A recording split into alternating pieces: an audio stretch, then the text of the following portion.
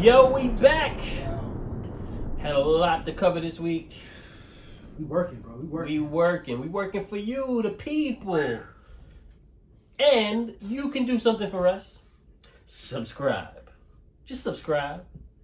It'll let you know whenever we got a new episode coming out, and there will be many. We'll be doing a lot of fun things, different things, not just running down the, the stuff about all these shows, but we tell you about all of the new trailers, lots of new shows, reviewing battles.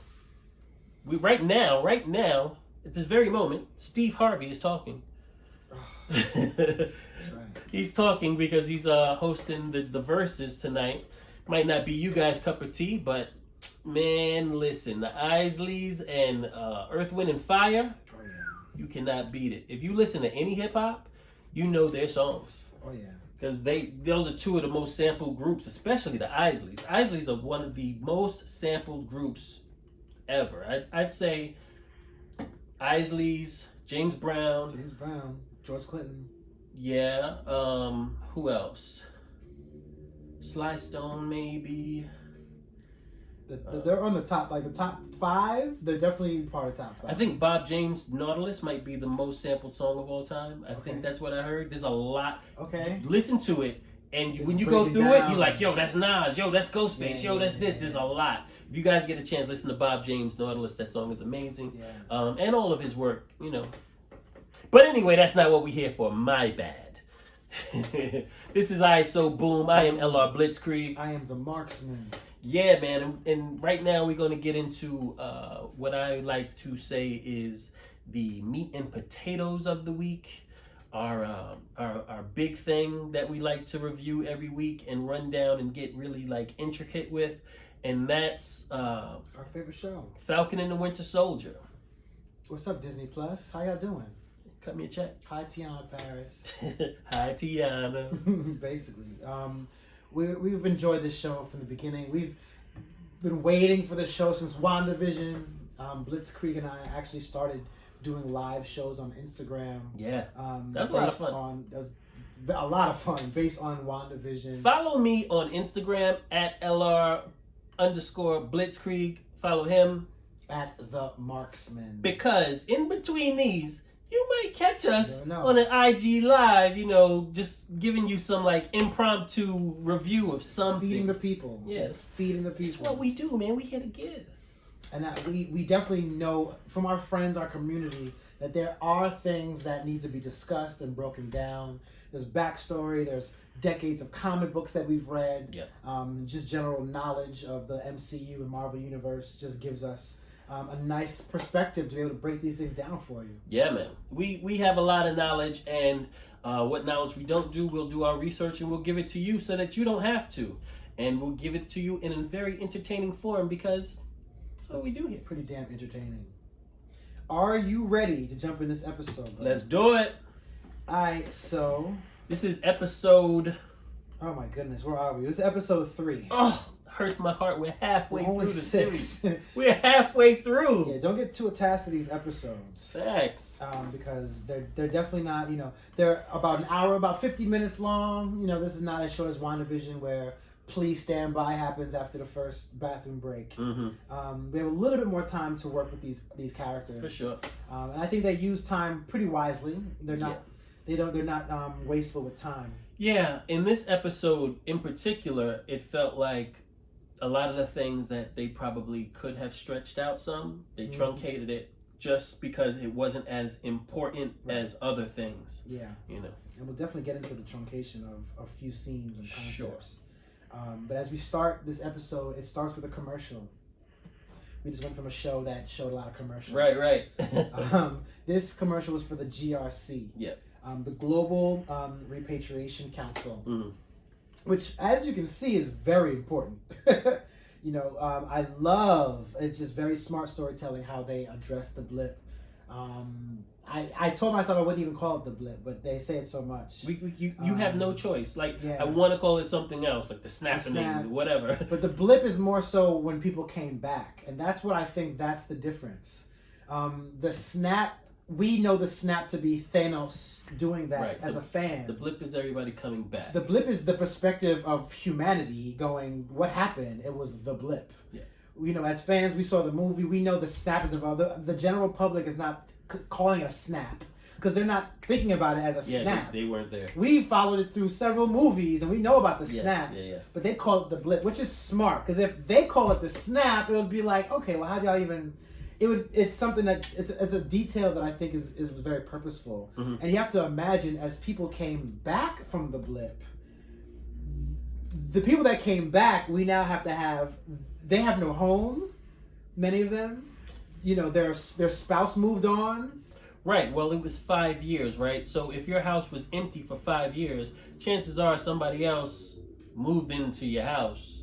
And when you came back, I mean, you know, how does that work? Who keeps the house? Who doesn't keep the house? What happens here? Blitz, deeper than that. What if your wife is here, you blip, you come back, there's a whole new husband in your house. Yeah. You mean like the issues? And if you faded back in at the wrong time, woof.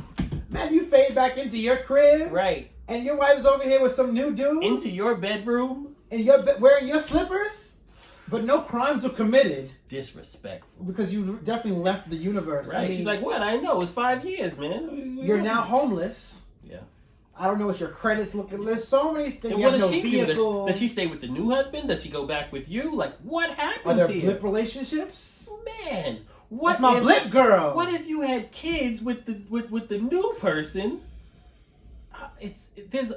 I like that since Endgame, they've dealt with this in so many different ways, and it's been so integral to the stories that have happened since. Yeah. Same thing with Age of Ultron. Mm-hmm. You know, that had drastic repercussions throughout the Marvel Universe from here on, with the Sokovia Accords, with the villains that we get, with the heroes that we get. Yeah. You know, all of it. The big things that happen will continue to be a part of this universe, because how could they not? Right. You know, other franchises would be just like wash over it, and it wouldn't be that was big. Last week. Right. But the fact that these things are the catalyst for new stories just, you know, shows that they're doing a good job. Very much so. And they're not stopping anytime soon. So this commercial was very important because the details in the commercial were definitely meant to kind of give you some ease. They definitely mentioned people being replaced or displaced rather after the blip. But they mentioned at the end, you know, reset, restore, rebuild. So even as you watch that episode, you kind of see the details. You can see that there's an entity out there wanting there to be some kind of calm after so much drama. Or at least on face value, on the surface. It's a commercial, people. Right. Right? It's commercial. So take that as you can, yeah. You know? And the GRC created that commercial. So now we have a mission. It's funny how they fade into the next scene and we see a van open and we see the shield before we see the man. Yeah. Who is John Walker. Now, one thing we didn't mention, and this is 3 episodes in, we didn't mention that John Walker is played by I mean, the actor, you know, the actor Wyatt Russell is Kurt Russell's and Goldie Hawn's son. Yeah. So Ego, the Living Planet's son, is this fake Captain America. It's just very interesting. That is interesting. That is very just wow. When it hit me, I was like, wow, that's Kurt Russell's son. Right. So anyway, that he pops out and I used to watch a show with him. He was on a show on FX. And it was really weird. I can't remember what it's called. Something about the Lodge, something. And it was a really quirky show. But that was the first time that I saw him act, and I thought he was really good. Yeah. I can't honestly say I've seen him in anything. But he's definitely doing a very good job at playing a character I don't like. So I got to give him props for that. Yeah. You know, it's like, oh, I don't like him. But you don't like him because he's doing a good job at making you not like him. He's doing a superb job at that. He's taking the material and doing it right. And he knows he's enjoying the fact that we don't like him because it means he's doing his job. Well, there were reports this week that he's receiving a lot of death threats. Oh my God! In real life, that's nuts. So fans, chill. Yeah, relax, guys. It's a TV show, and he wants you to not like him, but not that much. Chill. It's funny to see the effect of the Marvel Universe on how attached people are to certain characters. Right. Chris Evans messed up by doing a superb job at this role, and that's just comes with it. And they know that this series is meant to, they know what they're doing, which is just brings the brilliance of this character to the forefront. For sure. Because he does things, and we're about to get into it right now. John Walker does things very purposeful that's meant to mirror our state of America, which is why two black men are doing this show right now. They are on a mission looking for Carly Morgenthau and the Flag Smashers, and he gives an order. He says, don't give them a second to delete, shred, or breathe. And the second he said breathe, I was like, all right, Marvel. They're throwing that commentary in there. Very, very strong. Yeah. Because when he said breathe... Don't let him breathe? Imagine a American authoritative figure giving enforcers, that order to not allow these subjects to breathe. We have the death of George Floyd. That was a year ago. He is, right now, America's top cop. He is. He's America's top cop. He even used that cop. He even used the sirens to call him over, just to show his abuse of power. And he's using his authority and his power to tell people to don't give them a second to breathe. That was big. This is Marvel Disney. I'm still got your eye. I know some of you think we're reaching. We're not. Oh, definitely not. We are not reaching. No, definitely not. This is definitely very purposeful. Yeah. This is very important to bookmark because that's going to come up later. Now, what was very interesting is that we know that, Sam Wilson speaks multiple languages. We've seen Cap do it. John Walker needed a translator. So my man Lamar Hoskins came from nowhere, and he translated pretty much the dialogue from the people that they're, of course, coming after. Right. He's more worldly than our Mr. Captain America. America. So he was able to speak the language. And I don't know if you noticed, but when he translated for him, he didn't translate exactly what the man said. And I think that he knows that his partner is kind of a hothead. Yeah. So the extra things that he said, he didn't translate that to him. He's just like, he says he doesn't know where they are. Right. Because he knows if he said, oh, you said, kiss my butt, then, he might fly off the handle. I mean, Lamar Hoskins, we're definitely setting up for some sort of break between the two. It seems that way a little bit. At the very least, he's having second thoughts. I feel like you can see a little bit about how far the new Captain America will go.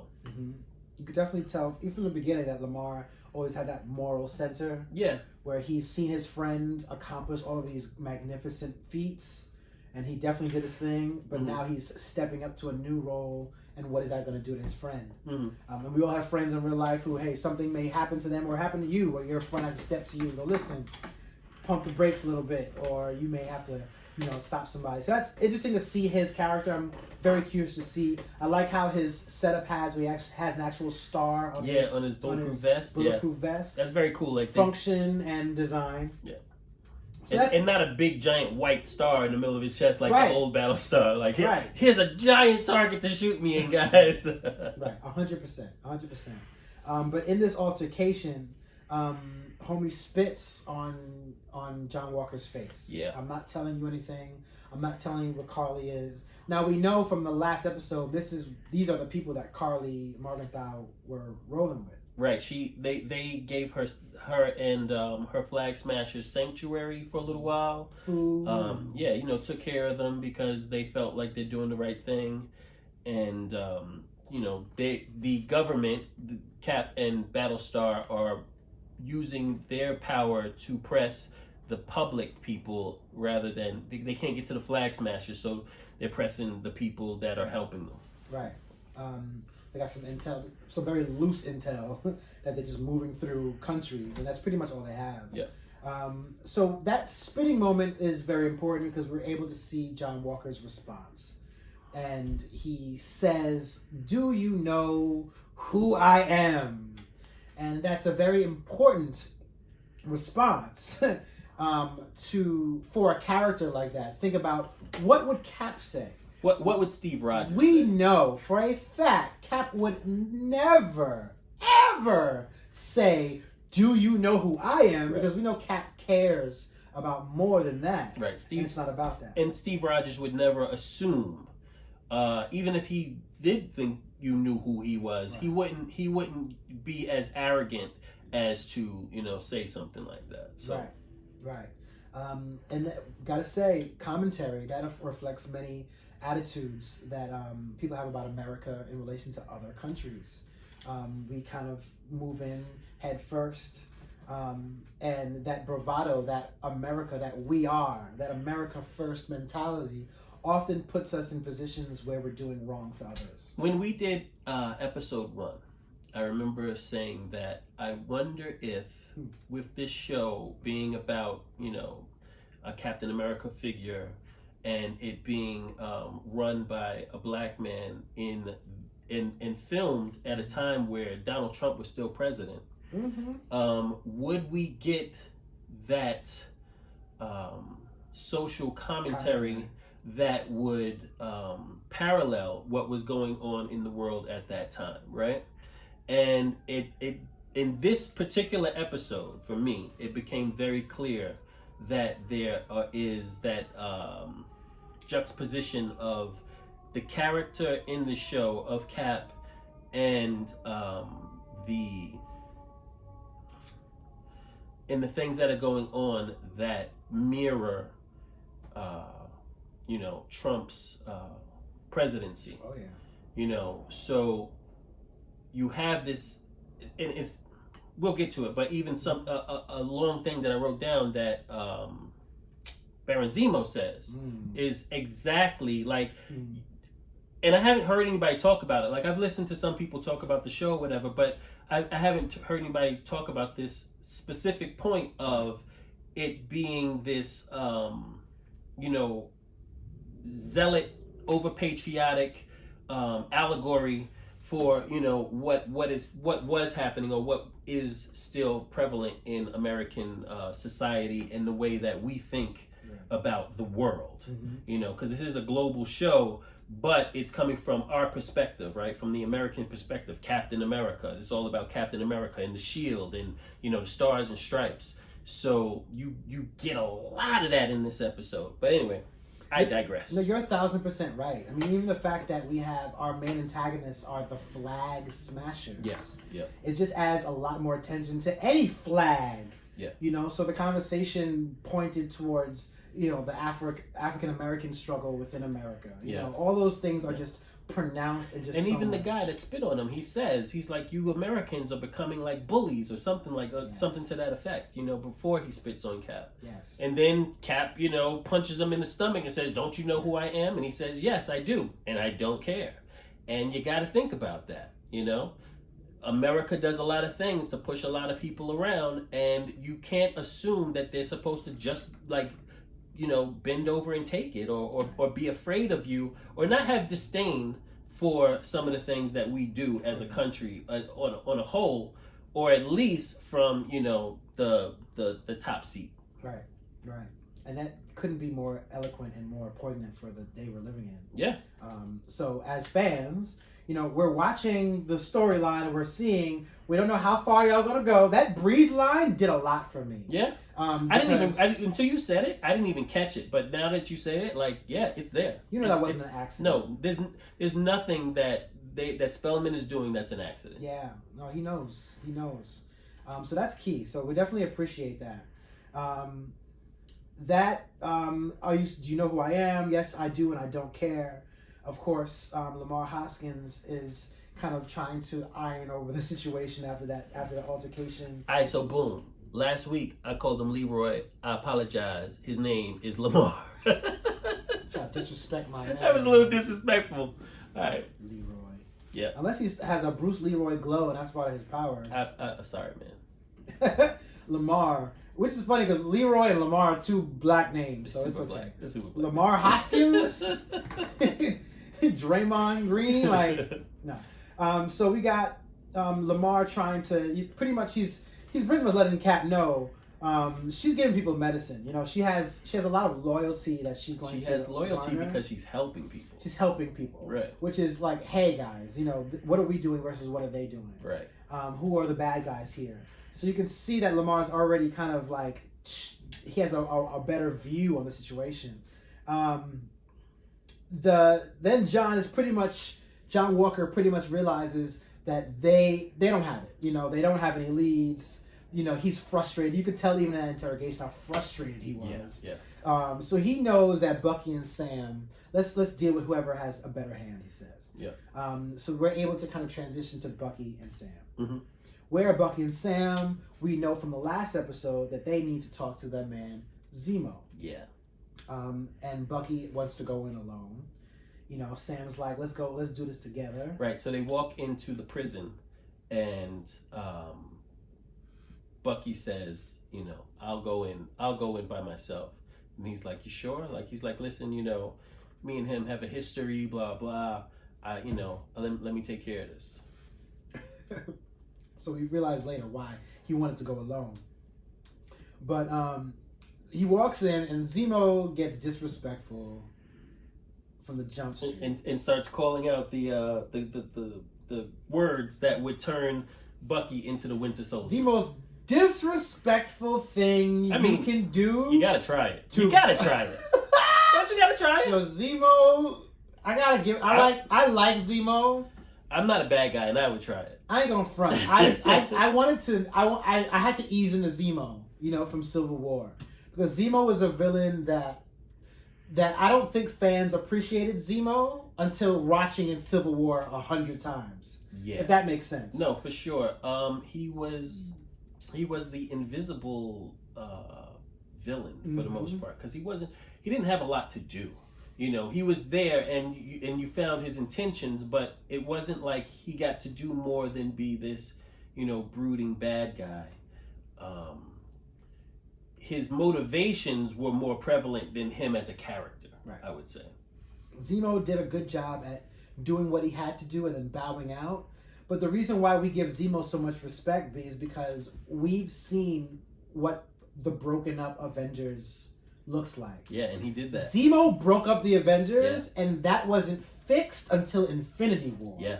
They had serious cosmic issues, and imagine Tony Stark is over here talking about, we don't talk anymore. One regular old human dude from Sokovia, like, dismantled the Avengers. That really gives Zemo, that puts Zemo way ahead of what, you know, of other villains in that respect. Sure. Because what he did with a VHS tape was something that, you know, huge villains couldn't do. Yeah. And like I said, those ramifications lasted for a long time. So calling Zemo, calling his trigger words, which is the most disrespectful thing, like I said, you could possibly do to Bucky. Bucky's looking at him like, that's not me anymore. Yeah. And he pretty much said, I know. I just wanted to see what the old words would do to new Bucky, you know? Which is just gangster. And he pretty much went into how it wasn't personal. You know, you were necessary means to an end. But before that, he says to him, after he says, I just want to see what the old words would do, but I still see a little of him in your eyes. Yeah, he does. Right? And that's a good callback to how when he first saw Cap, when he first met Cap, he looked in his eyes. It was a little gray, a little green in your blue eyes. I see a little flaw. And that's Baron's whole bag. Yeah. Once he finds a flaw, if he can find something to manipulate, if he knows you're not perfect, he will dig in there. Yeah. So he's very detail oriented. Let's just say Baron Zemo is definitely that dude, and we definitely see his character unfold. The means to a necessary end stuck out to me because that reflected very well with the book that he's reading. He's reading Machiavelli, and that's the book that Bucky, you know, hides this key card in. Right. So we were able to see at the same time, Bucky brings Sam to this garage where they're able to have this dialogue, where they're able to launch this a film technique. You remember like Ocean's 11, Ocean's 12, where they are telling you something, they're narrating an event. Right. A hypothetical. A hypothetical while it's happening. Right. As a fan, you could take it both ways. You could take it as being sloppy. You could take it as being fast. You could take it as being something that they just needed to wrap up very, succinctly. They needed to move the story along. This is not a, Prison Break show. We've only got 6 episodes. We know we got to get Zemo out of jail. Right. Let's get it done. I thought it was done, for the most part, pretty well. If you give Zemo the wits and smarts that we feel like he should have, you just take it as, okay, yeah, of course it would be easy. Once he has a key card, it'd be easy for him to break out of jail, especially with Bucky, starting the riot in the mess hall or wherever they were, the break room. And, it worked for me.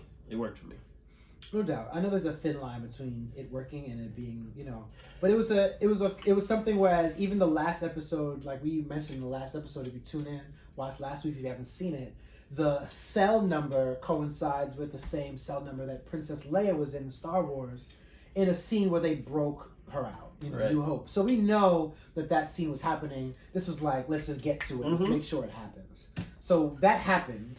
I will say you have 3 very good actors. That was a cool scene. It was very good. You have to be able to play that off. If you're going to do something like this that's rushed, you have to play off the payoff where it's believable. Yeah. And Anthony Mackie, Sebastian Stan, these guys, they know what they're doing. Right. You have 3 very good actors. You want to say something? So Zemo walks into the garage that they are, Bucky and Sam are arguing back and forth like, why are you telling me all this? This doesn't make any sense. We can't break him out of jail. And where are we? And then Zemo walks into the room and, Sam is like, oh, no, you're going back to jail. You shouldn't be here. I can't believe you did this, Bucky. And, Bucky convinces him, basically, is like, we need him. This is the only way that we can get this done. And he also tells him, you backed Cap when he went against, the grain, went against the government, and you helped me. So now I'm asking you to do the same for me so that we can get this done. And, Sam very reluctantly, agrees to it, but tells Zemo, don't make a move unless we okay it. Yeah. And it makes you realize why Bucky said he had to go in alone. Yeah. He didn't say that just because they had history. He said that because he knew he was going to do something that Sam would never agree with. Yeah. And the only way he could get it done is if Sam wasn't there. So it's, better to ask forgiveness than permission, basically. Yeah.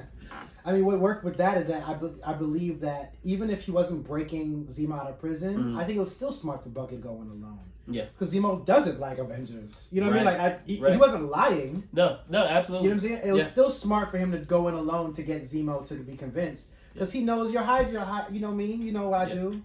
Who's Sam? At this to Zemo, who is Sam? Right, an Avenger. And Bucky, I mean, Sam even brings up, and for context and foreshadowing, he brings up the ramifications of what happened when they messed with Zemo. Mm-hmm. Sharon Carpenter had to go underground. Carter had to go underground for a couple years. He mentioned how Zemo framed Bucky for the death of King T'Chaka, which is a Wakandan Easter egg. And that turned into foreshadowing. We didn't know that was foreshadowing. But that was something that, backstory. Right. We're trying to fill that out. Zemo blew up was it the United Nations? UN. The United Nations, and he blew up King T'Chaka and a bunch of people and framed Bucky for it, and that's how we got the whole Civil War. But not good. That was and set up so many movies after that, and so many storylines after that. Oh yeah. So, needless to say, Sam is super reluctant to work with this guy. He is, but he doesn't really have a choice at this point. I mean, he's standing right there. Yeah. So what are you gonna do? So this is the part where Marvel, and you and I know the character. This is where I believe Marvel realized they need to introduce the comic book version of Baron Zemo. Yeah. It seemed like a bit of MCU retconning. It did. If you weren't a fan, you kind of took it. Yeah. Because what they did was, in the Russo brothers, when they introduced him, they did not, you can tell, they didn't have that force, they didn't have that Baron Zemo in mind. Mm-hmm. Baron Zemo in the comics is an actual Baron. Right. You can see they just called him Zemo. Right. He's a military guy. Yes. So he was well skilled. So even when they show the action scenes that we'll get to, it makes sense that he's doing that. I don't think he's just making up skills. He's skilled. Oh no, absolutely skilled. He was part of a kill squad. He was definitely part of a kill squad. But they definitely did not give. And once you hear a kill squad, you don't think Rich Baron. No. You think military kill squad. But then things in European countries are somewhat different, I would say, and even sometimes here, our people that go into government go into the military first. Right. Prince Harry was in the armed forces. So sometimes even if you are a person of a certain royalty or stature, right, you'll go into the army or whatever to gain a little bit more insight and knowledge, or just get that title of being there, right, so that the people feel you're more patriotic, like you care more about your country because you went in there, right? Yeah. And maybe within there they learned that he had a certain set of skills, and and he really got it deep into it, So you kind of just have to flesh that out in your own head to some degree, and you can make it make sense for sure. Yeah, I definitely like how you mentioned it not being an American thing. Yeah, because it's definitely a non-American thing. Yeah, and in a lot of smaller countries in Europe, in European bloc, a lot of them you are forced into the military before you can accept the title. Yeah. Well, he is now Bruce Wayne. For sure. He's got tons of really great cars. He's got a private jet, butler. He's got it all. I don't know if you realize this, but they featured a car. Did you catch the car? I saw a car that kind of looked like... Ladies and gentlemen, watch Captain America. Watch the first Captain America film. No way. There's a car that Red Skull... No way. The Red off to Zoloff. Not Zoloff. That's a drug. Zola. Armin Zola. I said Zoloff. Yeah. That's the car. He passed off to Zola. Wow. Somehow, Baron got it. Baron's ancestry. Ladies and gentlemen, this show is called Aiight So Boom, and he just blew my mind. That's amazing. Seriously. There's a lot that happened that coincides with the first Captain America film. But those family heirlooms are being passed down. That was really cool. Yeah. Wow, that's incredible. It makes me think, what is the connection between his family and I'm trying to remember Red Skull's last name. Schmidt? Is it? Is that his name? I think so. I have a theory that may be crazy, but I think I won't be surprised if we see Zola again. Think about it. Zola is technology. Armin Zola is. Zola could be the power broker himself.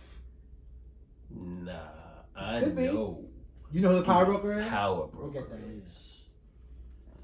But I think we'll see Zola again. Even if it's not here, I think we're going to see him again. Yeah, I can see that. There are a few different Easter eggs. He's definitely Hydra. He's definitely interested in the program. Well, Zemo hunted Hydra agents who were making the super soldier serum, right? So he's not Hydra. You talking about Zemo or Zola? Zola's Hydra. Yes. Yes. Okay. Gotcha. Yes. Gotcha. I'm talking about Zola. Yes. I got confused. Gotcha. Yes, I think Zola will be a great contender to somebody who's. I mean, imagine there's such displacement in the world. Him coming in will kind of make sense. Mm-hmm. So that's. I mean, we'll see. You know, that's a very loose theory. Right. But when you see the car that my man that definitely was passed off to Zola, talking about don't scratch it. Like Red Skull said some sign like, here's the keys, don't scratch it. Right. And you see that same car pop up centuries later. It's definitely a cool Easter egg. Yeah. So they have a private jet. He even has his own evil Alfred. That bad food line was just hilarious. How they're speaking in their language. Mm-hmm. Talking about if the food doesn't pass the smell test, give it to these guys. But Zemo talks a lot about Sokovia and how the lines of the country has changed. So a lot of not even changed. He said that disappeared. That the neighboring countries cannibalized, just absorbed it. Sokovia to the point that it doesn't even exist anymore. Right. You know, so once that happened to them, and you know their entire country got lifted into the air and then dropped back down, and tons of people died, I'm sure. The neighboring European countries were able to come in, infiltrate, take their resources, and claim their land for their own. Which is pretty gangster, and that's what would happen in real life. Sokovia, Latveria. Well, there's a Latvia, mm-hmm. right? Mm-hmm. There's a Latvia that exists. Uh-huh. Latveria could be some sort of Eastern, country that's kind of combining into one. I'm just saying it's very possible that some dictator came in and took over the land and reclaimed it and named it for his own, and his name might be Victor Von Doom. I'm just saying. Just throwing it out there. We have a villain that we know Fantastic Four is coming. And we do highly believe Dr. Doom is on his way. It may be... There's no way in hell, to me, that they're going to, as much as we see, and we just spoke about this, how they continue major plot lines, mm-hmm. right? For that to be a throwaway line, for him to say that my country was cannibalized to the point that it doesn't exist anymore. For me not to assume that a country that you would assume was in that part of Europe, mm-hmm. right, is not a neighbor to that country. Mm-hmm. Like so you gotta assume that there's going to be some type of connection, because that's all that the MCU does is mm-hmm. connect things, mm-hmm. for our enjoyment. Yeah, I mean, to find out later that Dr. Doom has taken over that formerly known as area. Right, maybe he was a kid there. And, he was like, oh, I see a void here. When everything fell apart, the president is dead, or this person is dead, or whatever. Now I see, my way in. Maybe, he worked there as the shoe shine, but who knows? Yeah. You know what I'm saying? Like, yeah. there's going to be something there. I know there is. Yeah. I never thought that Sokovia would be so important. Me either. Ever thought. I mean, look at WandaVision. I mean, Sokovia, they definitely held true to the events of their movies. I mean, you got to give them props for that. I mean, even just the Accords, right? Just the Accords themselves mm-hmm. coming out of that is like, mm-hmm. that's insane, the amount of ramifications that has, trickled down and dominoed. Well, we see Zemo has a little exchange. He apparently found a way to steal that little booklet that Bucky was writing down, the people that he wronged. Yeah, I they're on his plane. Maybe he just picked it up and, sleight of handed it into whatever book he was reading. He definitely triggered my man Bucky, who is Nakajima. But we learned that this is the same book. We didn't know at first, but we confirmed that that's the same book that Sam had suggested, Cap learn some more about our culture. Yeah, Cap had a notebook, and Sam was like, "Yo, you gotta listen to this. You gotta watch this movie. You gotta eat this food. Yeah, all of these different little things." And it was the same. Bucky's book of people that he has to, atone for the bad things that he did is that same exact book that Steve Rogers had. And I thought that was a really cool.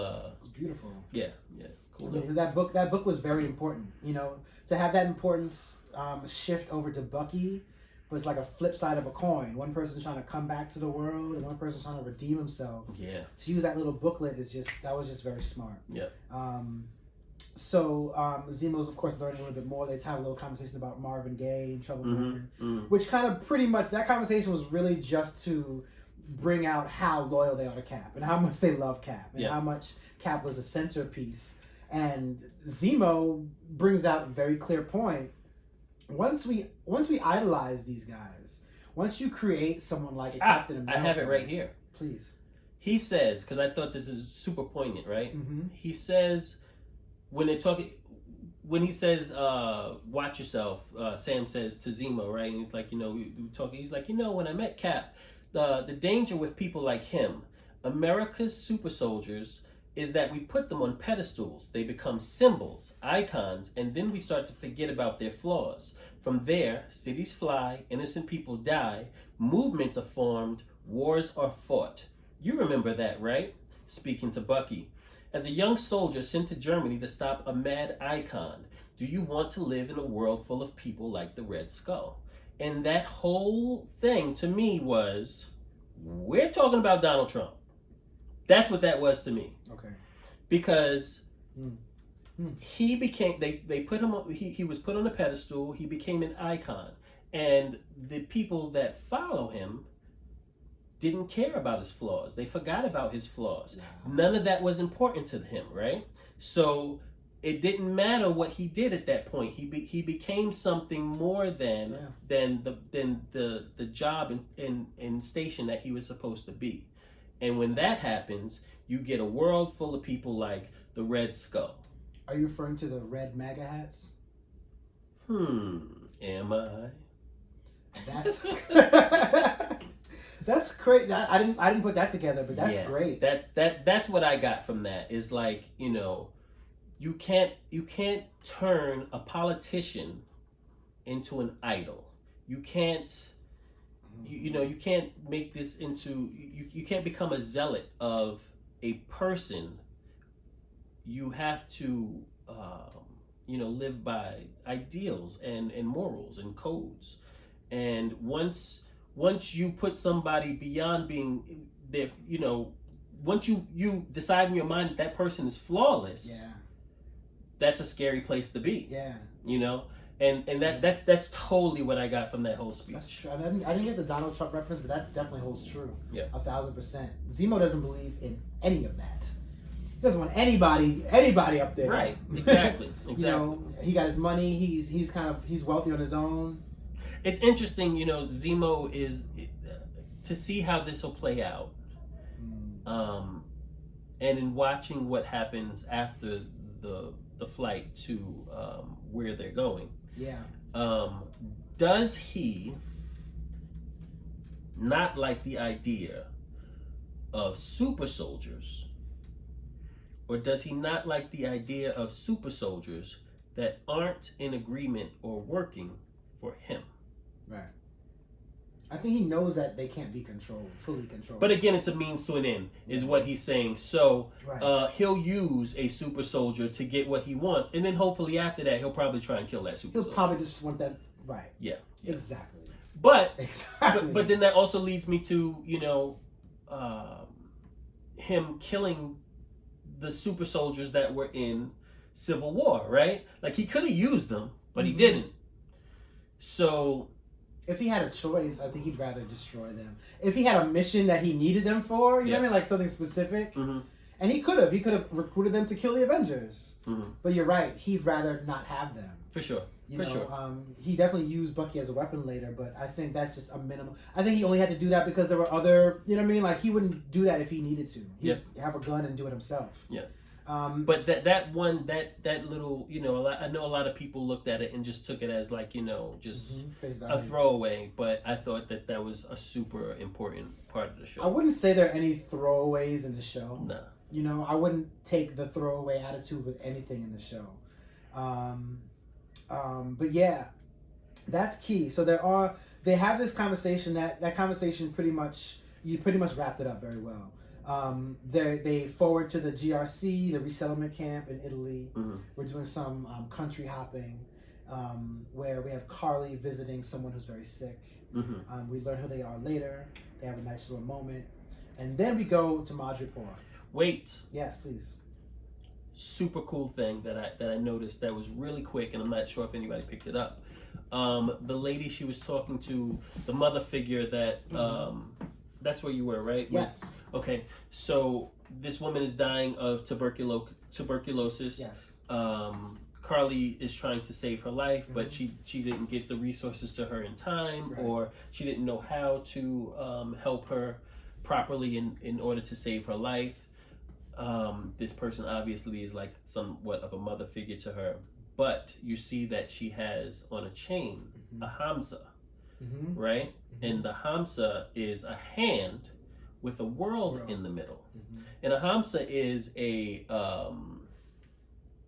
it's like a symbol, a Middle Eastern symbol, right? Which means like peace. It's a sign of protection against evil. Some people call it like the hand of God. It's just something that's supposed to, you know, mean like, you know, if you wear it, I'm protected, right? And it's also a sign of protection against the evil eye, right? Now, if you look at the Flag Smashers logo, it's a hand with a world in the middle. Oh, yeah. So that's where they got it from. She took her mother figure, I don't think it's her real mother, but somebody that was a teacher to her and somebody she obviously cares about a lot, and made that the symbol of the Flag Smashers. And I don't know if a lot of people caught that, right? So they took the Hamza and kind of deformed it. And changed it, right. And made it like an actual handprint with a little like globe in the middle of it. And also, if you look at the end of the show, when you see the credits roll, there is a kind of Illuminati pyramid with an eye in the middle. I think that was for the power broker? Yeah, there's always a power broker is watching you. There's always that kind of... But the Hamza is protection against the evil eye. I just, you know, those these little things, they're there, and I found that really interesting. That's key, because that's definitely the Flag Smashers and the power broker. Yeah. There are many scenes that we're going to see even in MCMIreport. There's a huge, when they go to the club, there's a huge wall that says power broker is watching you. Right, the eye, the evil They're not hiding that, you know. Yeah. In the end credits, I thought you were going to talk about the end credits where it says power broker is watching you, but they actually have an Illuminati reference. They're not hiding that. Yeah. So we definitely see that Hamza reference is very interesting. Yeah. Shouts to all those who actually have those on them. I have one in the other room. Oh yeah, a real one? Yeah, I can go get it. I'll be right back, guys. Don't move. No, it's not a real one, but it's a painting of one. Here it is. See? And the mother, I can't remember her name, but she had this on a small like silver pendant, but it had a globe in the middle instead of the eye. Ah, nice. Yeah. Hamza. All right, learned something new today. So MCMIreport, this is a very important locale in the comic books. We don't know how far they're gonna go with the X-Men references, but this is something that was heavily used by X-Men, especially Wolverine. I'm not saying that means... He did a lot of missions there with Captain America because he always had to, you know, play the bad role, the seedy role, and Wolverine would go there and he'd play one of his other personas known as Patch, where he wore, you know, an eye patch on his eye and get, you know, the intel that would help Captain America and him, you know, finish their mission. And it seems like in this storyline, Bucky is playing the gray area where he'll do the things that he knows Sam can't or won't, you know, or shouldn't, you know, because he's purer than me. I'm, you know, I'm somewhat bad. I've been a killer, so I'll take it to break this guy out of prison. You stay here, like, you know, let me do this, or yeah. I mean, keep in mind, Bucky was in anger management, and one of the points that he was supposed to make was not to hurt anybody. So we'll see how far he gets with that. But we see a few references. First of all, these guys have personas that they have to take on, right? Zemo. Bucky is Winter Soldier. You know, Zemo clearly said you have to be somebody who you put away. Right. You know. Right. So Bucky is not Bucky. He's the Winter Soldier. Yes. He's a mind controlled. Right. He's pretending to be this mind controlled assassin under Baron Zemo's employ. The same character he's trying this whole series trying to get away from. Right. So just imagine you trying to get over a trauma and someone's asking you to go back into that trauma. Yeah. Let's say you're a drug user. Let's say you have to go back to using drugs to do something. That's a perfect analogy. A drug user. You know. Give him some needles to handle this situation. Yeah. Imagine what's going on in your mind. So Sam has a character, Conrad Mack, aka Smiling Tiger. Right. Smiling Tiger is a character in the comics. Now the pimp reference was interesting because I don't know if you know this, but Sam was a pimp for some time in the comics. Yes. He was an actual pimp. Yes. Crazy. So him calling out that line, I look like a pimp. In the comics, he was a Harlem pimp because you know all the pimps in Marvel Comics come from Harlem. So that was a very interesting callback because the purple, like the outfits he had, actually mirrored what he wore in the comics. Very, very interesting Easter egg that they did not have to do, but they did anyway. But even further than that, with that, you know, he says, "Why am I the only one that's dressed like a pimp? Why am I, the black man, the only one that looks like a pimp out of the three of us?" And Zemo says to him, he says, "Only an American would assume that a fashion-forward black man was dressed as a pimp." So deep. And that goes to people's, you know, biases that they don't even know that they have. Like, yeah, he's dressed nice and stylish. And in America, you'd be like, hey, he looks like a pimp. But if he was in the middle of Africa, you would say, you know, oh, wow, that's a wealthy businessman. Yeah. So, and, you know, he was wearing like a waxcloth suit, you know, with African print on it. It wasn't drab, but it wasn't like super he had flashy. Gators in a He wasn't wearing bell-bottom, you know, velour pants or anything with a big feather coming out of it. He had on a nice suit, you know, for the culture of where that character was supposed to be from. And you know, again, we point out these little references because I think when a lot of people talk about these shows, they might miss those references, or they may talk about them in a way that's not coming from our perspective, because only we can give that perspective properly as, you know, black men in America. And it was definitely to point out people's cultural biases, that you look at somebody and take at face value something that may not necessarily be there, you know. And even Sam. Exactly. Right. Even Sam saying that as an American. He's a black man, but he's an American. And American mindsets are very often different than, you know, overseas. That was a very poignant way to bring out that point. Yeah. So shouts to Zemo for his social commentary. For sure. They bring in Princess Bar, which is another comic reference. Where were they? They showed Princess Bar. Princess Bar? Yeah. I thought they were at like Brass Monkey. No, they were, but they showed Princess Bar. Got it. They actually showed it, so we don't know. You know, they showed it for a reason. They'll probably go there later. But they passed by Princess Bar, which is a site, a legitimate site used in the comics. Then they go to the monkey bar. Remember, I don't know if you remember this, but I had I had told you that there were scrolls on a wall I saw in a trailer. Remember? Really? Remember I said, I don't know if you remember. I don't remember that. There were trailers for this MCMIreport scene. They had shown trailers of Falcon and Winter Soldier before it came out. Mm-hmm. And on the wall, there was a bunch of skulls. And it looked like a bunch of scrolls. Got you. Skulls. Okay. But they weren't. They were monkey skulls. They were monkey skulls. Yeah. But they definitely looked like scrolls. They were green. Like, they looked like scrolls. And I got amped. I was whoa! Are they going there?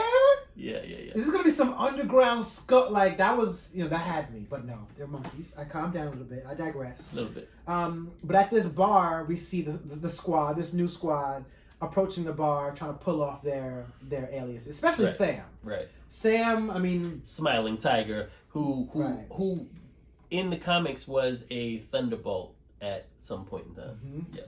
Right, yeah. Sam is playing, of course they showed a picture of who he's supposed to be. It's literally him. It's him. He's like, this guy really does look like They try to shake it up a little bit. So I feel they were a little lazy in that, but he had to prove himself at the bar. So the first thing I had to see that on the second watch because after the first watch, I'm thinking back in my head because I know we're doing the show and I, run down all of. I was like, yo, how come nobody noticed that Sam? Like, did he have some computer modulation over the face? Like, it doesn't make any sense. And then and then I saw when he's like, yeah, this guy really does look like me. It's like, all right, I'll let this slide. Even that it would have been brought home to me a little bit more if they had Sam wear shades. Yeah. Like him being barefaced and the bartender looking at him like, you're not my friend. You're not the guy. Or the obligatory MCU disguise, a baseball cap. Right. Hides everything. Or a hoodie, right? Hides everything. Right, a cap and a hoodie. A cap, right. That'll change you to anybody. But yeah, so they do this thing. The bartender gives him his favorite drink, which happens to be, a shot of whatever. It was snake balls. With snake innards. It was snake balls. They took the balls. Yes, snakes have balls. They're just inside their snake body. And he took the balls out and put them in the glass. Because they look like two little gonads. Oh, wow. That's good. It's good to know that you can identify, snake nuts. Snake testicles. So apparently it's a good drink. He took it. Now my thing was, are you supposed to swallow the book? Like there's so many things. I wanted the bartender to say you weren't supposed to swallow the balls. The bartender said was like, but you usually chew them. Like, what? No, it's just a garnish. You're not supposed to swallow the balls. Right. That's not you. Like that's how I thought that scene was gonna play out, but it didn't. Snake, he does it successfully, and pretty much somebody comes up to Zemo, you're not welcome here. You can imagine Zemo has He said, word from Hightown, because they're in Lowtown, word from Hightown comes that you're not welcome here. Yes. Yeah. And imagine Hightown is where the bosses are. Yeah. And if we're thinking about Power Broker, we're thinking about these entities knowing who's walking in, who's walking out in a place like Madripoor. We have a fight that's coming up, right? Now we know Zemo is pretty much controlling him. And even as the fight starts, you can see Zemo pushing people into his way so that he can get his rocks off, But as soon as Bucky starts, you see people flashing their cameras. I didn't realize that. Camera phones was going off. Yeah. And you could imagine if camera phones are going off, it's going to be on the internet. Right. And you could imagine if it's going to be on the internet, Bucky's in a lot of trouble. Bucky's not supposed to be killing people in another country. Yeah.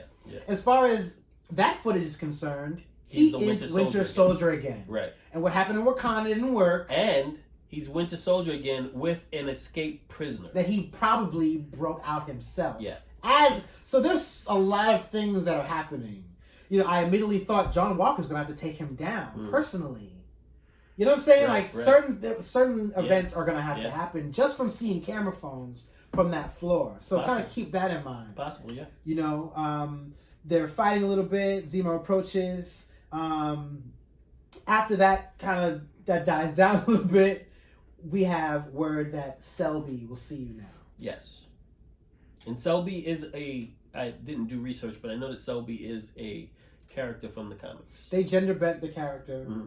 It's a character who was had power over technology. They can pretty much control binary codes and all that. Got it. I don't know I don't know how they got that character. Remember And the that character? woman, she was in Agents of S.H.I.E.L.D.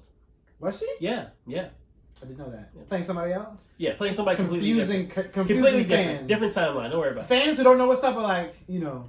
But remember in Fox's Wolverine Origins movie, they had that dude play that character who controlled technology. Uh-huh. I don't know if that's the same character that they switched around because I don't know if they even named him. But anyway, Selby didn't seem to have any powers, and we saw Selby get shot, so we don't really know. We don't think that's kind of where they were going. Mm-hmm. But this meeting was important. Of course, Selby's seeing the Winter Soldier, and Zemo's offering the Winter Soldier, right? You know, for information, which is a high price. He wants to know where are these super soldier serum? Is there any super soldier serum in this town? Right. Selby says yes. He's asking where. You know, I'll give you the breadcrumbs, but the bakery's going to cost you. Mm-hmm. Then we see this interesting scene where Sam gets a phone call, which is very interesting. Yeah. Selby's like, yo, put it on speaker, which is like, okay. So imagine you get a random call from your homie or your girl or your sister in this case. Yeah, I would have played that way different than Sam did, but you know. I definitely would have. I definitely wouldn't have let that happen. Yeah. And when she says, you know, we got to talk about this business, he's like, what business? Say it. Say exactly what it is. Why? Like, no. Okay, we're going to talk about that business soon as I get back. Click. And I'm going to hang up the phone. Like, why are you forcing her to say extra stuff when she has to yell at her kid about Cheerios? Right. Unbelievable to me. Right.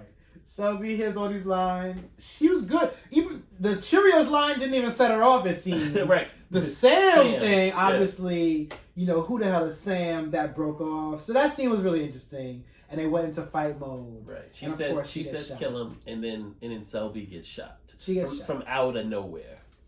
Right. We kind of find out we can guess who did it a little later. But she pretty much offers information. She does offer information. She offers Wilfred Nagel's name, which is very important. Mm-hmm. The name is really the crux of what they were there for. Mm-hmm. So they're able to get the name of the gentleman who started this, or who's in charge of this new phase of super soldier serum. Right. They come running after this scene, and I love when Sam says, "I can't run in these heels." That was a very funny line. Very, very funny. That made me think of that flashed me to Justice League. Remember that scene where Wonder Woman, she drops down on these rocks and heels? Mm-hmm. Remember, this is very sloppy. I didn't do those things like that. Anyway, so she's a hustler, right? I mean, hustler. I'm talking about Sharon. They go to Sharon. They finally link up with Sharon. Right. She shoots somebody else for them from out of a window. Yeah. And then she's like, you know, I don't remember what she says, but she's like, what are you guys doing here? Funny seeing you guys here, something like that. And she comes out of the shadows, takes off her hood that she was wearing when she was in the window shooting the other guy. And Zemo's like, oh, it looks like you guys have a guardian angel. And then she comes out of nowhere, and she, you know, there is Sharon Carter. Imagine, though, you're Sharon Carter. You know, put yourself in her place. True, we don't know a lot about her right now. There are a lot of questions being raised. I know where you're going. I think I know where you're going. But Sharon has been, since Civil War, she's been an enemy of the state. Right. She stole Falcon's suit. So 5+2, because 2 years before the snap, she was already on the run because she had backed Cap when he went, you know, underground and went rogue. So you got to assume, well, you don't have to assume. She says that she was on the run for the same 2 years that Sam and you know, Cap was on the run, and then she got snapped. But go ahead. We'll get back to that. Well, with Sharon, I mean, she got the short end of that stick. Yes, absolutely. Because they got pardoned and she was still on the run. She got the short end of that stick completely. For sure. So I love her attitude. Absolutely. She's justified. I love her attitude. Completely justified. In fact, I'd have more of an attitude. But I'm just saying. Yeah, and you'd have a right to. Yeah, she said she says she hasn't spoken to her family. They don't know if she's alive or dead. They don't know, you know, she hasn't spoken to her father in 7 years or whatever. So, yeah. So she's out here underground selling original art pieces, right? To establishments, making money. I mean, she's a dealer, which is pretty gangster. She had Joe. She called Bucky Mr. America. Like, she definitely has a very skewed view. You know, if you were to watch Winter Soldier again, she believes that everything that she had done in the States was, pretty much all for naught. Like the superhero, American Idol mythos is basically a myth. Like, it's all BS, and she doesn't believe in it anymore, and she believes that Bucky does, and Sam probably was right to not take up the mantle. Or at least she understands why he didn't take up the mantle, because he also probably believes it's BS. Yeah, I mean, her perspective. I mean, she was actually dating Captain America. I mean, her view was very interesting. Her and her aunt, but yeah. Yeah, that's another story. Keep it in the family. But just knowing what we know about America once again is you have the general public who doesn't know the inner workings. I don't even remember. Right? Well, she said aunt. We have the general public who doesn't know. That's pretty much getting fed. Yeah. And then you have those who know too much, who are just disenfranchised. So that's kind of that's real in many ways. You educate yourself. You kind of know what behind the strings. And I thought of her as that expat, right? An expatriate, somebody that leaves America and is disenchanted with the American ideals.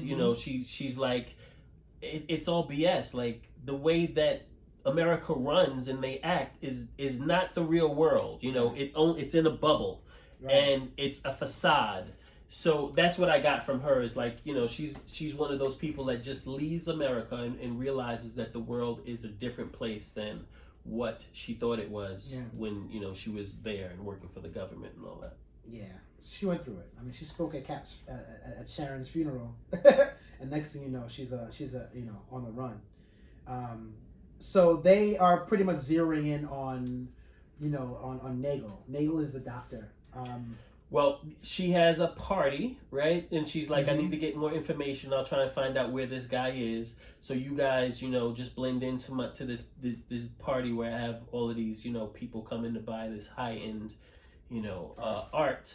And I'll try and get the information. I thought that scene was just like unnecessary. She could have just made a phone call and we could have used those couple minutes someplace else.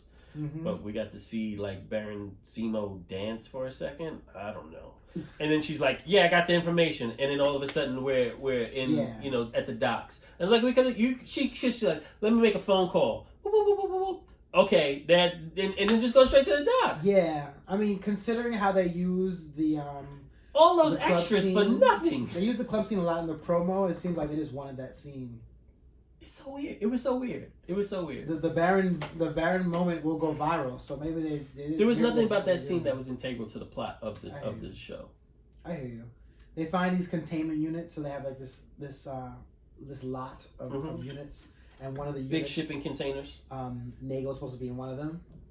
They go in. They eventually find Nagel. And then at the same time, of course, we have these assassins pretty much that are following them, after the club. Right, because there's a huge bounty on Selby. On the people that killed. The moment Selby died, or the minute Selby died, everybody's phones lit up. Everybody got a text with the bounty. There's this crazy amount of zeros for whoever brings in the killer of Selby. So this launch is happening. The club didn't help because that just kind of gives you more exposure, I feel. Yeah. So I feel like more people were on them because of that. So of course, this episode was directed by one of the John Wick cats. Yeah, the guy that made John Wick and directed, I think, the first movie at least. Yeah, and that his name was Carrie Skolin, and that has a lot to do with this scene because this was a very John Wick scene. For sure. You're letting Sharon Carpenter just kind of show off. Carter. Wow, Sharon Carter. They use a lot of CGI knives, did a nice job of kind of just making sure that it stayed poignant. So it was a dope scene. Mm-hmm. It wasn't as dope. I know the first couple episodes, I got spoiled in that I'm expecting an insane fight scene every episode. Right. But this was cool. I'm not sitting here complaining. No, we definitely had enough action to kind of keep us going. But they find Sharon Carter. They find Underground, the other squad, Zemo. We got Sam and we got Bucky. They find Nagel. They, they kill the music, and pretty much they have a conversation to find out exactly what his history is with this serum. Yeah. In the comics, that gentleman was used earlier in time.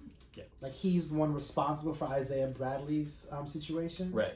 But of course they used him more in the modern time. And I like the way they used him because they pretty much had him recruited by Hydra after Civil War. Uh-huh. Right? So we know they needed him after Civil War. Those soldiers were dead. Mm-hmm. He was working with Hydra. Right. Until the blip. Right? Actually, no. I'm sorry. Before the CIA recruited him after Hydra was disbanded, and right. then the blip happened. And then the blip happened, right? And he wasn't able to continue his work, right? And then when he came back, the power broker found him exactly. to continue the work. Now it's important that even before the blip, when he's working with the CIA, he was working with Isaiah Bradley's blood. Yes, and he doesn't call him by name. He's like, yeah, we had this subject, yeah, and that we tested it on and stuff like that. And Sam brings that up later. He's like, he didn't even say he didn't even know his name. He just called him the subject, which is right. like basically he was a guinea pig, and it didn't matter who he was. He wasn't a person. He was just a means to an end.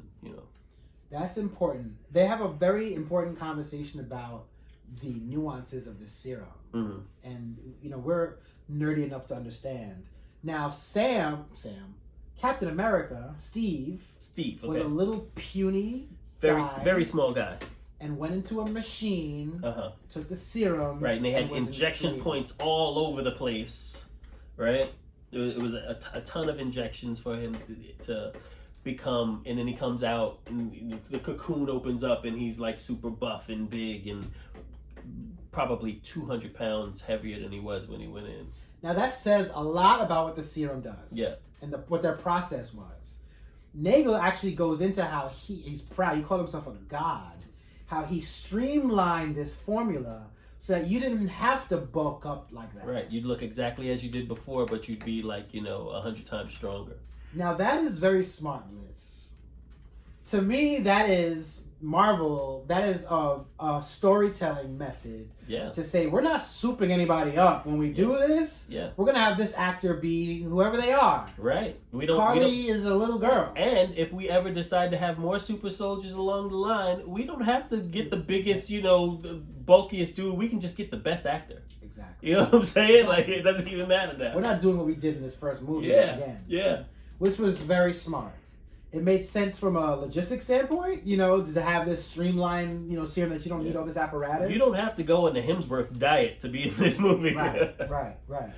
And that made a lot of sense. Yeah. That a more modern formula would give you more efficiency. Yeah. And also, if you think about it from an espionage perspective, anybody... like you even look at Carly, like they thought she was like a little girl who was being kidnapped. Hostage. A hostage. And then you realize that she's just as, just as strong as Captain America.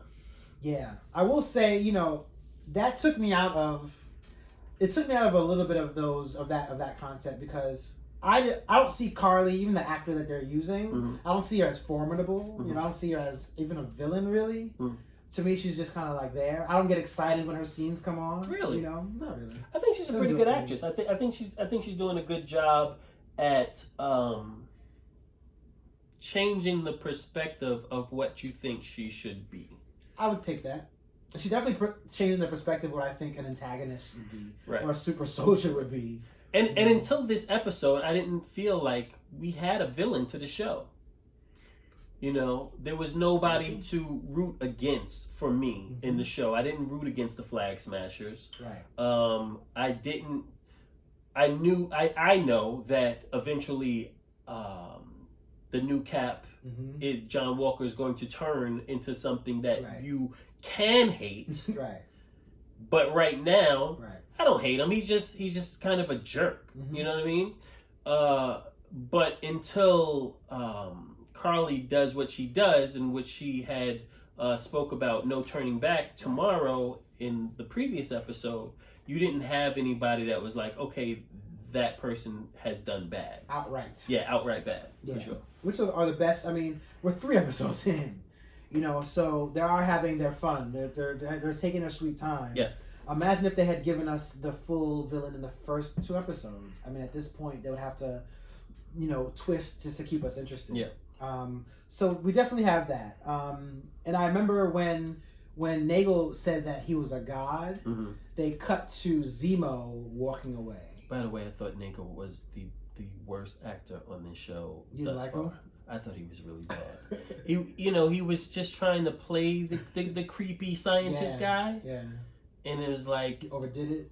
Yeah, it's like you were getting your cues from, like, Justice League's Lex Luthor. Who I also hated. So you're saying overact? Yeah. That's definitely Lex Luthor. It was bad. It was bad for me. But, you know, I was like, thank God he dies really quickly. Yeah.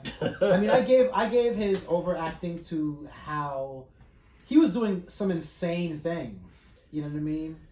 And him thinking he's a god. I really believe he believed that. You know. Yeah. I think that a lot of scientists will do bad things for science sake. Yeah.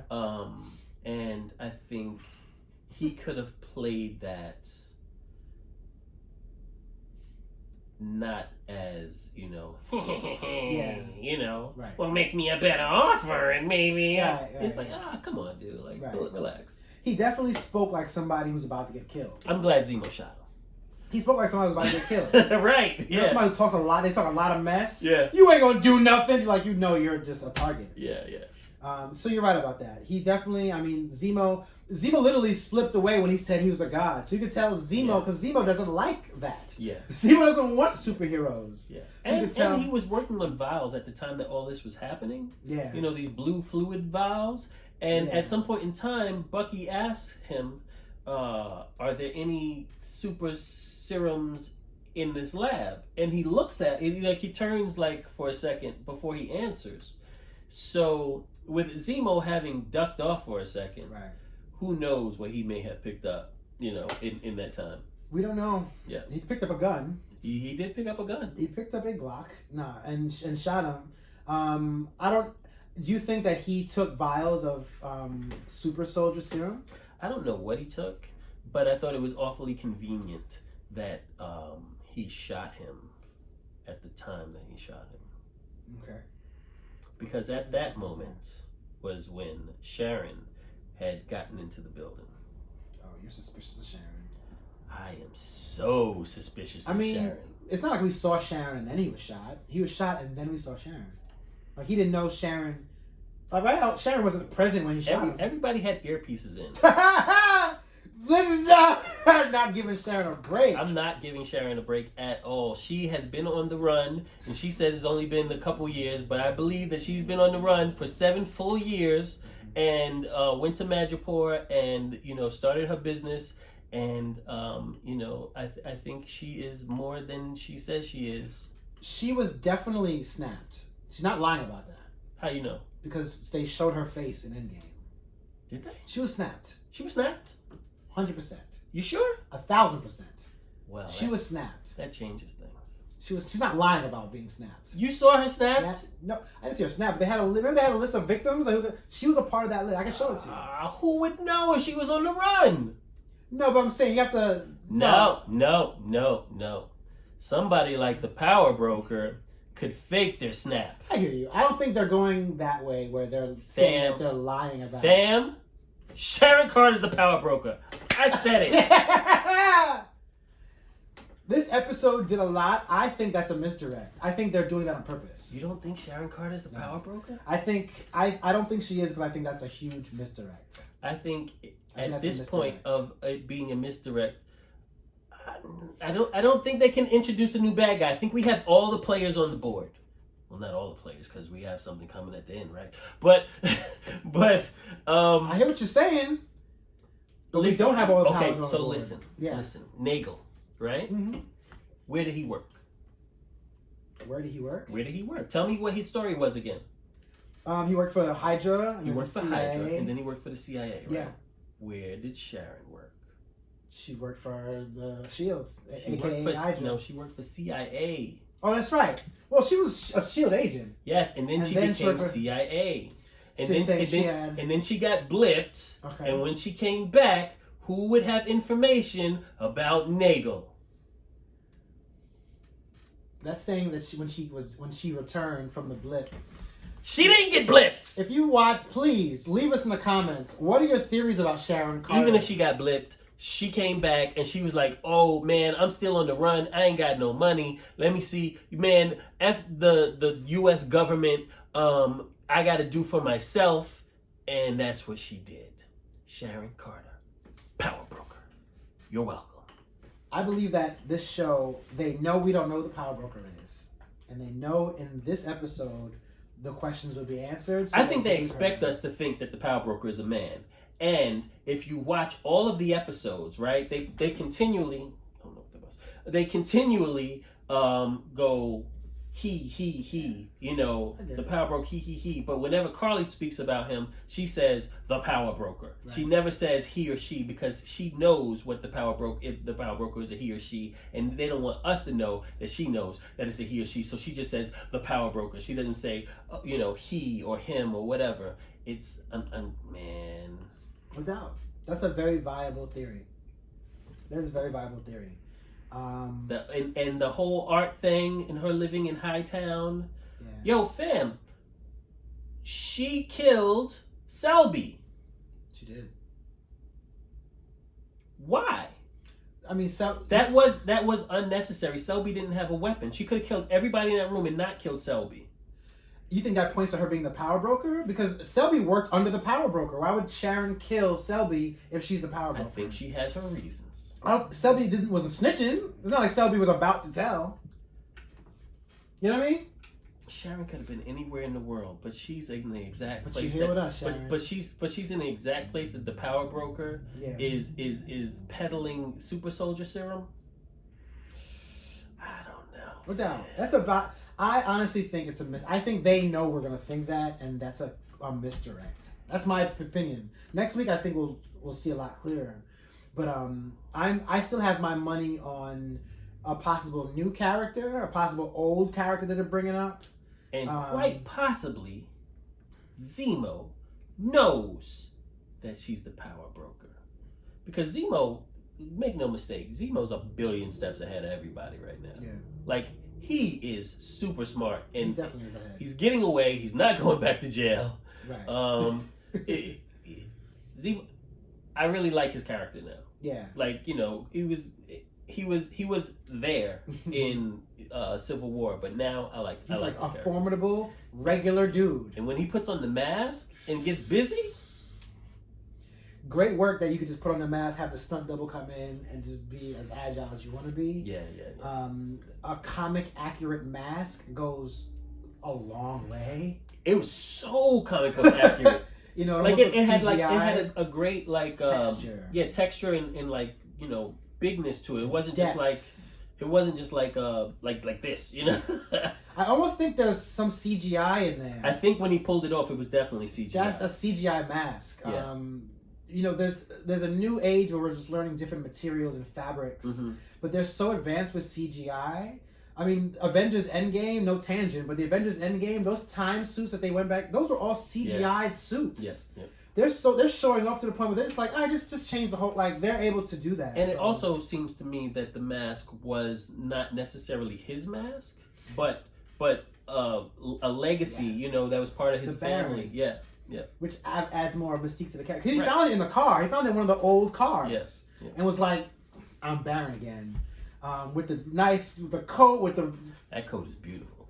I mean, hit me this summer. I mean, and this winter. I'd wear that coat. Because that right there is fire. I'd wear that coat. His first of all, his fashion, even when he's sitting in the plane, that little fashion, good job. But Marvel has their costume design. They're always insanely on point with that. For sure. We have a nice little skirmish after that. More action.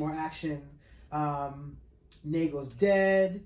Of course, Madani dies. They speak about that whole connection. Mother Madani. And they also mention that there are 20 vials. That's also important. They say there are 20 vials. Of... And from what we know, there are 8 super soldiers. Right. So that means there's 12 vials left. And I think one super soldier died, so there's 7 super soldiers left. Right. And 12 vials that the power broker will be calling for. Right. Yeah. Right. They finally escape. Zemo pulls up with a car from somewhere. Zemo's he pulled the car out of one of the shipping containers. And yeah. Sharon bounces. They got a part Wait, hold on a second. How does Sharon bounce? In her own, listen, Sharon like a Tesla pulls up and her bodyguard / driver, opens the door for her, power broker-esque. And she says to this driver, she says, we have a problem. In fact, I think we have two. I'll tell you about it. I got a couple. We got multiple problems. Sounds power broker-ish It does. to me. Once again, I think it's a misdirect. I'm putting that on the record. All right. But it's very suspicious that this, blipped, underground agent seems to be extremely resourceful, right, and living better than she's ever lived. He wasn't living like that in the States, and has a great disdain for the American government. Yeah, very happy. Whatever Sharon is doing, I will say, I'm happy. Whatever she's doing, it's a step up. Yeah, for sure. I'm not mad at you, Sharon Carter. Your apartment sucked when you lived in America. Yeah, you were living. Yeah, you couldn't even live your own life. So they had that little moment where Sam is in the front, Bucky's in the back. You're not gonna move your seat up, are you? That callback. That is a callback to Civil War. Very cool callback. Yeah. But of course they have their little moment. Sharon has that moment, and then we skip to Carly. Mm-hmm. Carly and her homeboy, and they're using him as a tester. They're kind of using him to test the audience a little bit, because he's a little naive to how serious she is. Yeah, you can tell certain moments he's like, "Are you gonna do this?" And she's like, "No, yeah, yeah." And he's a little naive, a little hip. So we could tell from storytelling they want him to kind of be sympathized with a little bit, So they have a little interaction. It's funny because there's a sign on the gate that has an X on it. Yeah, I saw that. There is a sign with an X on it, but that is a regular European sign, ladies and gentlemen. It's just a regular, like a stop sign. That's not necessarily totally look like an X-Men X, but it's not. Yeah, it kind of looked like it. If you didn't know the world signs, you definitely would run with that. But WandaVision fans, we got you. But that was very important because they're pretty much going into the how drastic it is, and how serious the GRC, that legacy that they need to kind of make some moves now, some drastic moves, so that the future is secure. But before that, when her and that guy are talking, they're talking about how he was a bodyguard for like Madripoor's mob bosses, and she had gone there because she knew that there were things that could help her help the displaced children and people that were being moved after the blip. And she speaks about how she remembers when they took the super soldier serum. Yeah. And the moment she took it. Yeah. Yeah. So, that guy, I just happened to be on Twitter and somehow I saw a story about him. I saw his Twitter, a piece of his Twitter feed, so I clicked on it and it was like in 16 separate pieces, but he was talking about how one day when he was on set, he got to hold Captain America's shield and he was just like so overcome with like emotion because he really identifies with Captain America. And one of the set designers or people that work with all the props and stuff was like, hold on a second. So the guy leaves and he comes back and he gives him a like slither of like a big paint chip, like this big, like red paint chip. And he's like, here, now you have an original piece of vibranium from Cap's shield, and it was from the original shield. Like I guess like paint actually like chips off of it. And he gave it to him, and he put it in his phone case, and he's like, "Yo, this is the best thing ever." That's dope. Yeah. I thought that was really cool. That's dope. I mean, they're at the point now where the actors that are on set are super fans as well. Yeah. So I couldn't imagine being on a set like that, trying to steal every little piece of dirt I could. No, that's dope. That's dope. They're in the GRC resource building. Yeah, you see people tied up. Mm-hmm. You know, you kind of see that something is going down, but we don't know exactly what. It seems like Carly's the only one who really knows what's going on with this mission. As they leave the building, he's like, "All right, so you're gonna take your car?" And she's like, "No."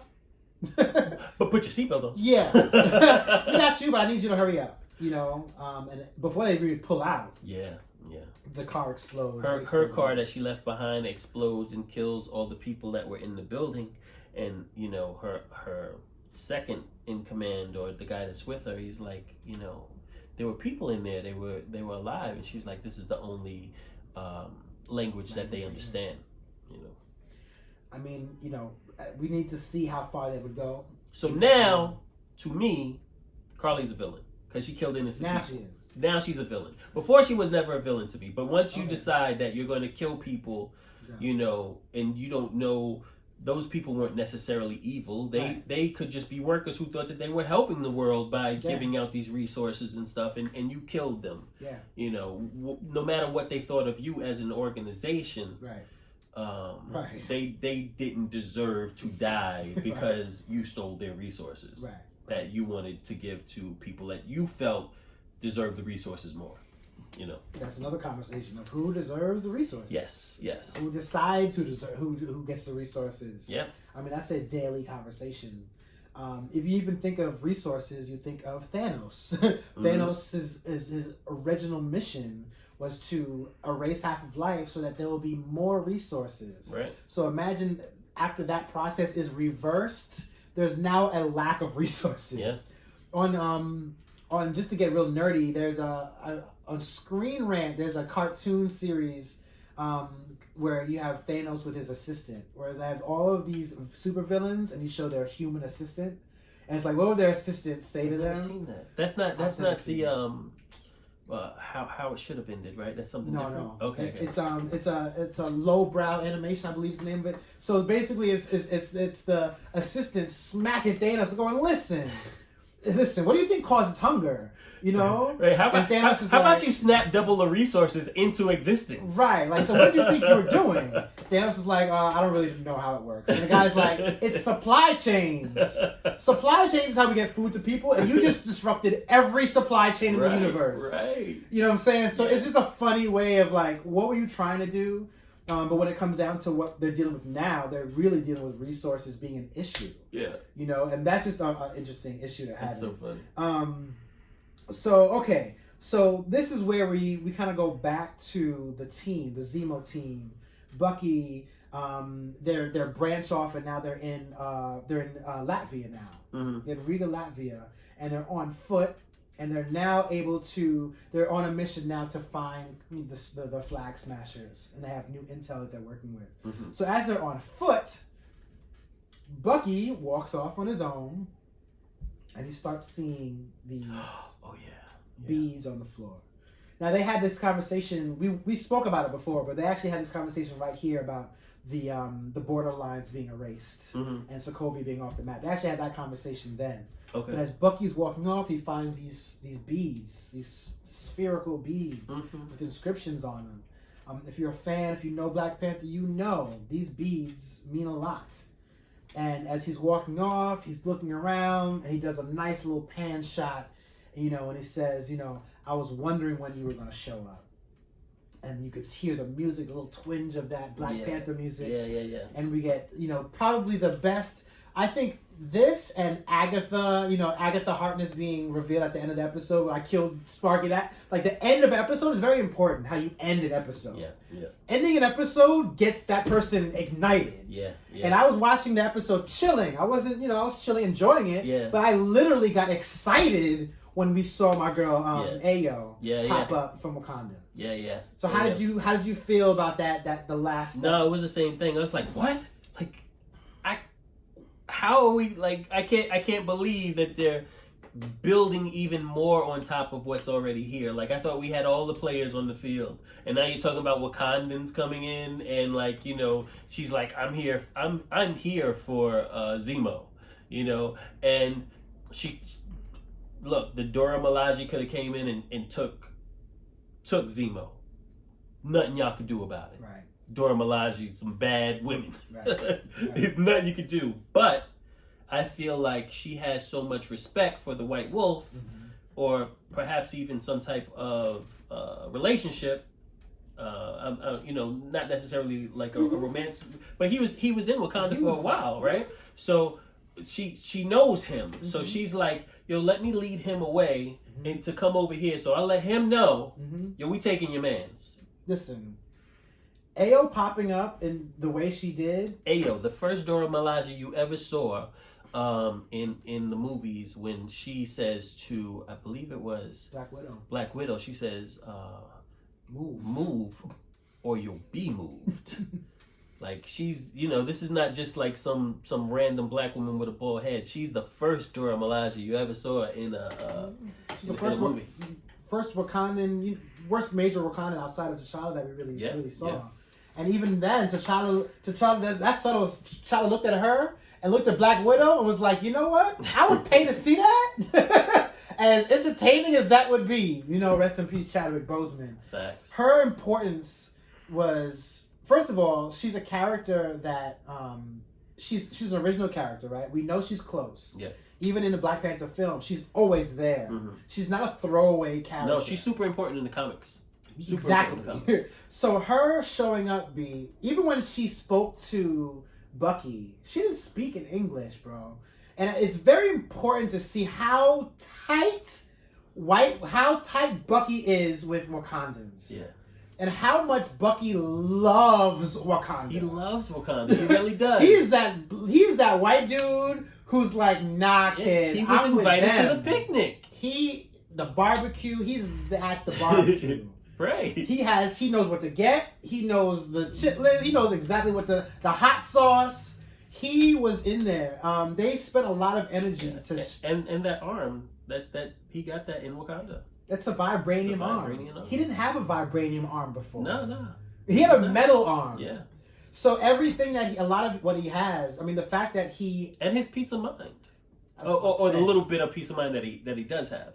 If he wasn't in Wakanda and he did it old school, he would have been alive through all of that, and he would have went through insane. He appreciates Wakanda. I can't emphasize that more. Yeah. And when she spoke to him, she didn't speak in English. She spoke in Wakandan, and that tells me you're one of us. Yeah. Because they're very proud people. Right. She wasn't say I'm here for Zemo. And now that line when he's in the doctor's office and he talks about Wakanda has much more meaning. Or when he says when he's talking to Sam in the hangar and he says no, it's the White Wolf, has much more meaning. Like all of these those little pieces. Oh yeah. They all have so much meaning because they were all leading to right here. And and even when he calls himself White Wolf, Sam goes, huh? Right. And there's that moment. So it's like, are they going to pay that off with some more White Wolf, interaction or conversation? So that's, to end it that way, to me, was a very eloquent way to end a very poignant episode. Ryan Coogler has a deal with Disney. Yes, he does. For lots and lots of money. He does. To build a show called The World of Wakanda, which will flesh out even more of that world, which I think is like... take my money. All of my money. Take all my... I want to see that. Take my money. You think we're going to be losing... First of all, the technology behind Wakanda. Imagine these beads, right? At Wakanda, everyone has these beads. Yep. Like you need these beads to pump your gas. The same way we're now building up the swipe technology. How nowadays I can take my credit card and I can go to the MTA and I can swipe for a subway ride. They have these beads. So if you're broke or you're rich, everybody has these beads, and they have all of these purposes. To have that technology just in this world, there's so much they can do with it. And just there's so many different tribes and the political aspects, and just so much you can do with that world that's different than what you can do with the traditional superhero stuff that you can do over here. And it'll be great to see that grow and hopefully even expand into more movies with all of these these really cool black characters. And I think my final thing that I really took from this, seeing her and seeing Wakanda, is we're already having a very African American conversation. Right. Right? You know, and we see them leaning, we see they're not afraid to delve into these issues. Yeah. You know, what are we going to see from, you know, Wakanda's philosophy is that we are African, but we're separating ourselves from your issues. Right. You know, but we're still African. Are we going to see that duality? Are we going to see these conversations with maybe Wakanda being remorseful about their views, or them standing tall? We're here, we're black, we don't treat our people the way y'all treat our people. You know, are we going to see the heart-shaped herb? Is that going to have any kind of chemical, or is it possible that somehow these scientists were influenced by the heart-shaped herb to make the super soldier serum? Interesting. Cap already has a vibranium shield. So have they based their entire platform on Wakandan technology and agriculture and mysticism? That's interesting. I don't necessarily see that. I think that it's purely, you know, Wakanda. Wakanda feels like, rightfully so, Zemo killed their king. And it's purely about Zemo. And we want the opportunity to, you know, try him, or at the very least, you know, hold him accountable for the things that he did. You know, we'll see how far they go. Do they have to stop them from killing him on sight? Like, you know, I could definitely see, you know, Wakanda being like on site. Yeah. He's one of those on site dudes. And does at the end of this Bucky get disowned by the Wakandans or everybody? Does he just become like, you know, this one man, you know, alone that has to, you know, figure things out on his own? Because it seems like the things that he's doing is setting himself up for internal redemption, but not external redemption. Right. Outside, the world is going to hate you, right? But you're going to feel better about yourself on the inside. That's interesting. You know, that's what it seems like right now. Yeah, I'm best one out of two because he's not getting that redemption anytime soon. Yeah. And then, was it after that we had the scene where they're back on the plane? It ended with Aiight. You're right, but there was a scene that I can't remember exactly where it was, but Bucky and Sam are having this conversation, and Sam says, I was wrong about the shield. Yeah. I should have taken it and destroyed it. Right. And Sam's like, no, what are you talking about? Like, you know, I'm going to, you know, symbolism, whatever, blah, blah, he always says. And he's like, you know, before that happens, I'm going to get that shield and take it from myself. Yeah. Sam's like, you know. So that's another interesting layer. Like, you know, is he going to try and become Captain America, or is he just going to take the shield and be like, no, you can't destroy it, take the goddamn shield? Yeah. You know what I mean? Like, yeah. Listen, they could do a lot of things. I mean, they could do something where we don't see Sam, you know, have the shield to like the last frame. You know, where he's picking it up with his wings. I could see something like, I could see them ending it with him. There's that scene that we still haven't seen, but we saw in the trailers of Sam at his house in New Orleans practicing with the shield. That's true. So eventually that's got to happen, right? Yeah. Or are you going to tell me that, oh, that's just a misdirect and y'all just filmed that and it's not true? Which could totally happen. He definitely has it. Whether they give it to him or he steals it. It probably looks like they're going to steal it. Especially with, you know, John Walker going AWOL. So it may, you know, we're probably gonna see John Walker get some sort of serum. Mm-hmm. You know, we're gonna see the shield switch hands somehow, and then we're gonna see Wakanda get in action. I mean, who's the power broker? There's a lot of things that they have to line up. Sharon Carter. His money's on Sharon Carter. I'm not sure. I think we may even see Zola. We may see somebody we haven't seen before. I don't know. We'll see what happens. In the comments, leave us your thoughts. What do you think? You think Blitz is right? Who do you think the power broker is? Do you agree with me? You do. Blitz will give you $1. Nah. I know you do. If you think it's Sharon, let us know if it's Sharon. You think it's somebody else, let us know. What are your thoughts? What do you think is going to happen with Wakanda? What do you think is going to happen to Bucky? What's going to happen to Zemo? Is he going to survive this? You know, we're gonna see. We're gonna have some more action. We have 3 more episodes until the season finale. Yeah. either way, I'm excited to see what happens next. Me But too, you know, if you want more information, super in depth from this type of perspective, make sure to subscribe to MCMIreport YouTube. This is Aiight, so boom, 2 eyes. I am LR Blitzkrieg. I am the marksman. And we'll see you here next week. Peace. Peace.